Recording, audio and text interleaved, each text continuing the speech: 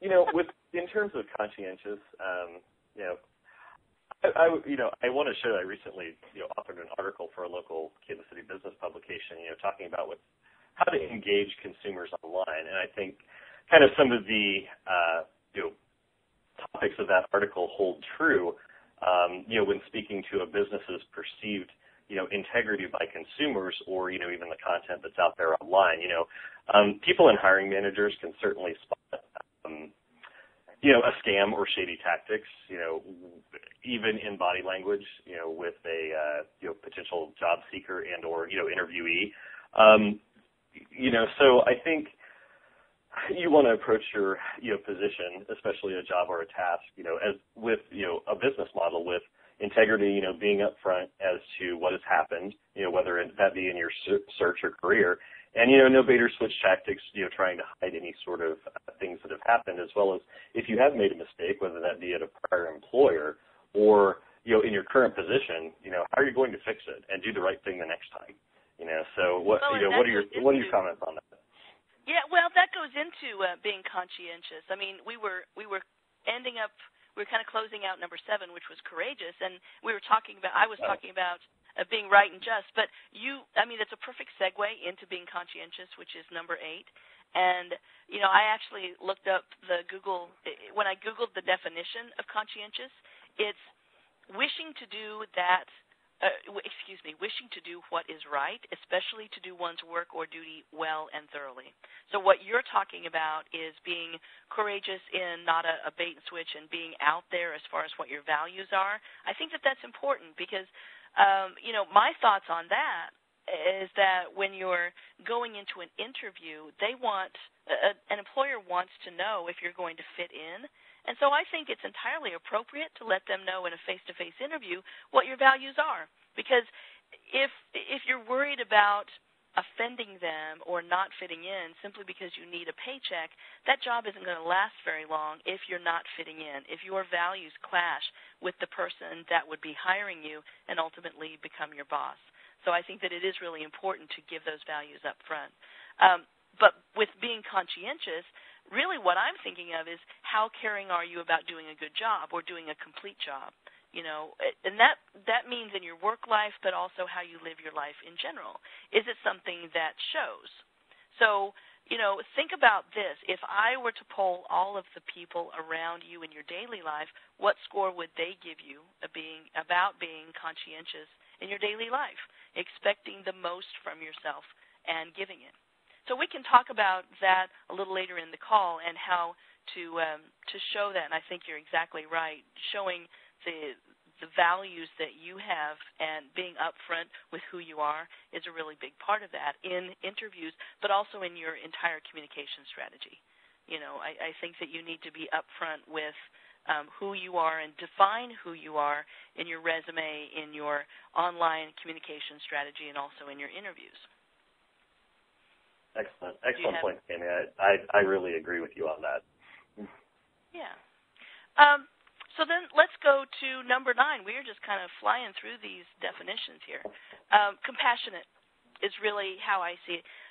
One of the things that I have seen with my clients, and you're probably thinking, well, what does being compassionate have to do with getting a job quickly?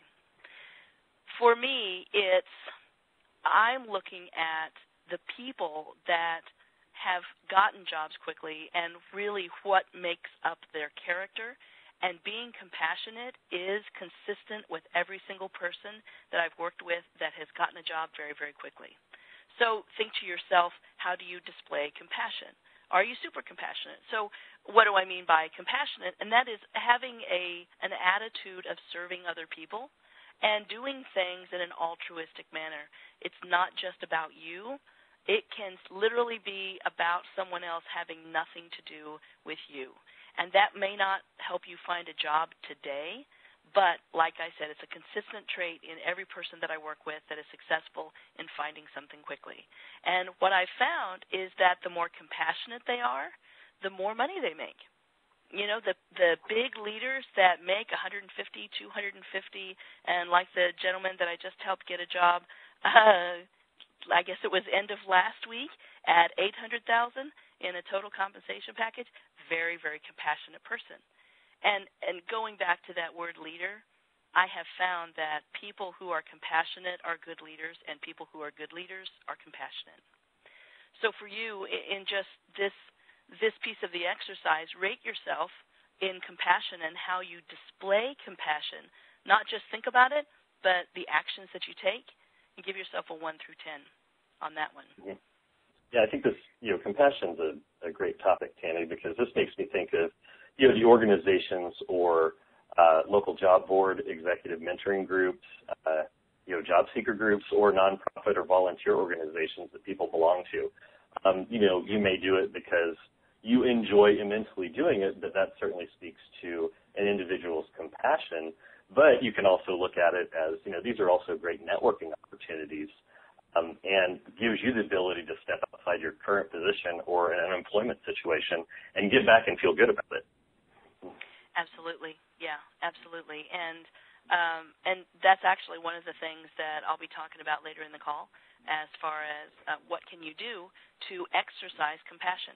What can you actually do when the rubber hits the road as far as being compassionate and showing yourself as being compassionate. So number 10, let's go through that one, and then I'd like to see if there are any questions before I go into what you can do about each of these. Number 10 is probably right up there with importance with number 2, which is being competent, and that is being consistent. So ask yourself on a scale of 1 to 10, how. Hey there, Will. I got disconnected. Hi. I'm sorry about that. You're back. I'm back. Okay. Yes. I apologize. So did you hear where I dropped off? I'm actually going to call this teleseminar company and find out what's going on, because this is kind of unacceptable given the amount of money I pay for this line. Right. So we will continue the march, and let me make sure that everything is being recorded still. Yes, it is. All right. Okay. So let me talk about consistency just a little bit. It's consistent in your actions that you take, and it's also consistent in your message. So when we get to the part where I'm giving you some ideas about how you can remain consistent in your actions and in your message, I'm going to cover both of those. And I said something last week that I think is worth repeating, that my clients leave with a system. And I'm not saying that to sell you on this. I'm saying because it's important to have a system. They've got the information that they need to develop their skills in job searching.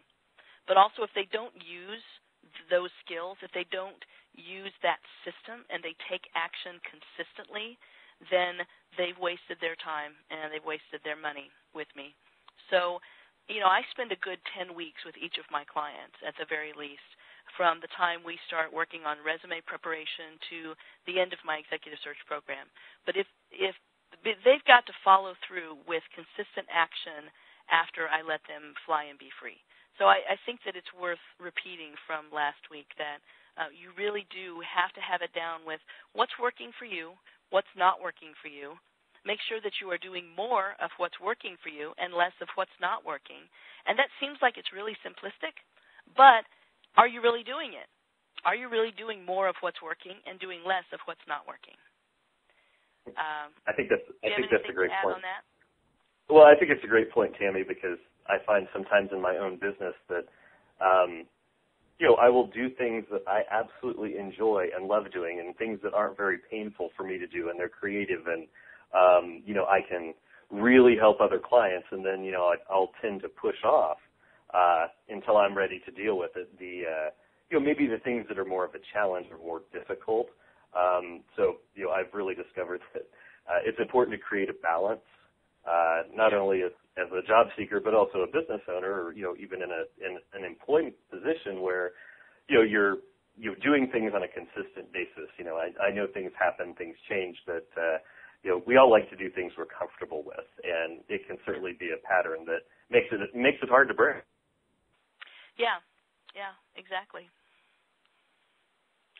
Okay, let's go into a recap for the 5 things that we covered this week. Number 6 is communicative. Number 7 is courageous. And number 8 is conscientious. Number 9 is compassionate. And then what we just talked about, number 10, is consistent. So what I want you to do is tally up your numbers. If you rated yourself from 1 to 10 on each of those, I want you to tally your numbers for the 5 traits.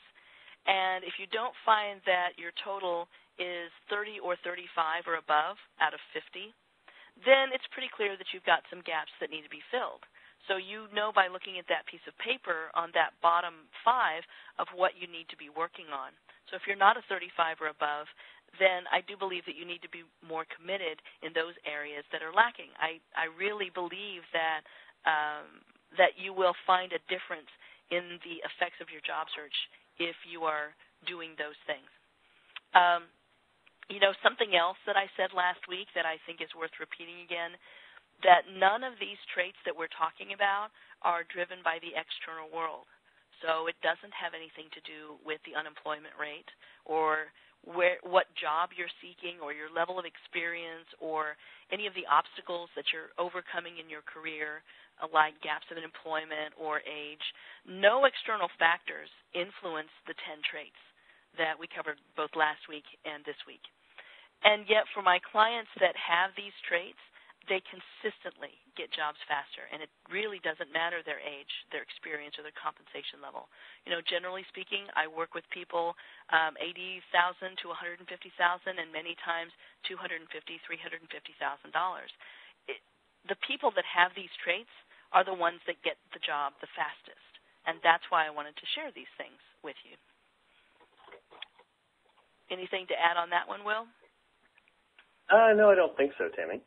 I think we could, certainly looking at your numbers are going to give you some ideas, but I guess, did we have any questions before we moved on into any of the action steps? That's good. So it's the bottom of the hour. If anybody has any questions, if you're on the phone, you can press *2, and that will raise your hand, and I can unmute you. Or if you have any questions as you're listening in online, you can type those in at the bottom left-hand corner. So anybody have any questions before we get into the action steps that you